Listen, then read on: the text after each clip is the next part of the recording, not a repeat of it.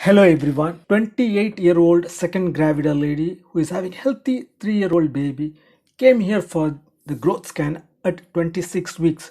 Her dating scan, NT scan and anomaly scan were unremarkable. Even in this study, fetal anatomical landmarks are normal. The utero circulation was also very normal, giving low resistant flow pattern with mean PI pulsatility index of 0.9, which is normal. You can now please go through the images and think about the findings. Also think about the differential diagnosis and you can give the probable diagnosis. If you want more time, please pause the video and go through the images for the findings, TD and the probable diagnosis. Are you ready? Let's go. Already mentioned that the fetal growth curve was appropriate with normal life curve. Very slow rate of 57 to 62 beats per minute of the umbilical arteries is highly eye-catching to say that we are dealing with fetal bradycardia. Temporary fetal bradycardia is one of the most common fetal dysrhythmias encountered in day-to-day practice, but usually resolves in few seconds or in a minute, most likely due to the probe compression in a lean lady showing thin abdominal wall. Actually, the probe compression gives normal vagal stimulation to the fetus. So, electrophysiologically, it may be called as first degree AV block, which is a normal variant in the healthy adults. If the bradycardia is persistent in the fetal vessels, it's either due to sinus bradycardia or second degree AV block or complete heart block. In the umbilical and middle cerebral arteries, we can see persistent bradycardia with odd rhythm, and this was persistent even after an hour. So we are now dealing with second degree AV block or complete heart block. Even the Doppler in the great vessels gives the diagnosis of either second degree AV block or complete heart block. There is also mild cardiomegaly with thin pericardial effusion in the given image. There was no pleural effusion, there was no ascites. Now we need either M mode or Doppler mode in the AV valves to differentiate between the AV block and complete heart block. Now I am giving the Doppler pattern of the left ventricular outflow tract, which gives biphasic pattern. The thin longer flow below the baseline marked by a blue arrow is due to ventricular diastole. Then there is some increased flow below the baseline is due to the atrial contraction marked by U-shaped white line, and after that there is more increased flow above the baseline, which is due to the ventricular contraction marked by a V-shaped white line. All these findings are highly indicative of 2:1 AV block. So the final diagnosis second degree 2:1 AV block, right? The mother was asymptomatic and negative for lupus and other connective tissue disorders. Her thyroid function test, liver and renal function test and the biochemical analysis were all normal. She was negative for anti-nuclear antibodies, including the anti-Rho and anti-Law antibodies, which are also called as anti-SSA and SSB antibodies. Even the torch analysis was also negative. Then she was put in digoxin, and even after 1 week it was persistent with more fetal bradycardia of less than 55 beats per minute and had minimal ascites in the fetal abdomen. After 1 week, mother expelled a demised baby which had mild hydrops. Okay, we'll now go for a short discussion about fetal arrhythmias. Fetal heart rate is highly variable in the first trimester and during delivery. I think everybody knows about this. You can see the picture giving the normal variable heart rate from 5th week to 12th week. Please don't give the diagnosis of fetal bradycardia or tachycardia at that time.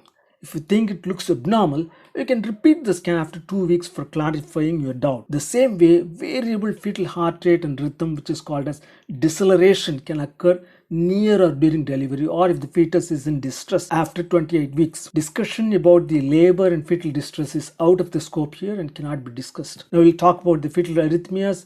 Fetal arrhythmias or dysrhythmias is defined when there is either normal heart rate with intermittent premature heart contraction or there is persistent decreased or increased fetal heart rate of less than 100 beats per minute or more than 200 beats per minute after 10 weeks until delivery. We will have 3 varieties. One is normal heart rate with irregular rhythm and premature contraction is commonly seen anytime after 16 weeks. Second one is bradyarrhythmia, which is commonly seen in the second trimester as in this case. Third one is tachyarrhythmia, which is commonly presented in the third trimester. You can please go through the image. So now I'm giving the table which almost gives the entire classification of fetal arrhythmias. I can give only the glimpse about the fetal arrhythmias after this. The most common, usually benign fetal arrhythmia is premature atrial contraction, which doesn't need much attention unless there is progression into other subtypes during routine follow-up. Whenever there is any other type of fetal arrhythmias, please assess the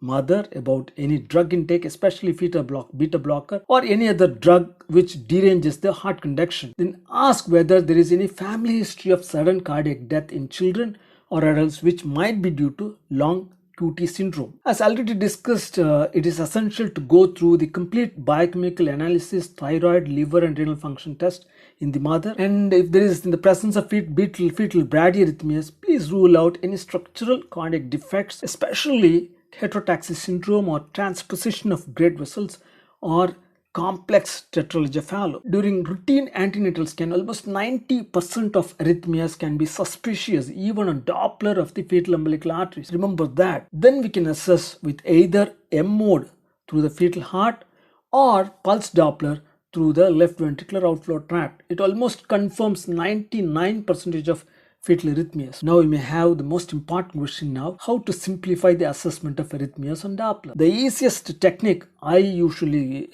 do is to assess the waveform through the spectrum in between the left ventricular inflow tract and the left ventricular outflow tract, that is to the left of the crux. So remember that. So you just put the spectrum to the left of the crux and you know that you are dealing with both left ventricular inflow tract and the outflow tract, means mitral valve as well as the aortic valve. We can see the three wave pattern called as E, A and V waves. E wave indicates early ventricular filling in the relaxed phase of the ventricles, and the A indicates atrial contraction and the V indicates ventricular contraction. A will be looking longer than the E in fetal heart due to more atrial contraction at this time. Here also we assess the time interval between the atrioventricular contraction, which is otherwise called as PR interval in the ECG. Please go through the given image and you can assess the atrioventricular contraction labeled as PR interval. You can detect most of the arrhythmias, including the most difficult diagnosis of long QT syndrome. In general, fetal arrhythmias are not uncommon, but most of the times being benign with premature atrial contraction. I think everybody knows that. If you are dealing with other types, think about the classification, then do Doppler through fetal left ventricle, and then do further assessment of the mother and the fetus as described in detail in this lecture. I think I have to thank for your attention. Today is International Day of Radiology or Roentgen Day. I salute to all my teachers and seniors and well-wishers. I welcome all the beginners and the residents in the field of imaging. Take care. Bye-bye.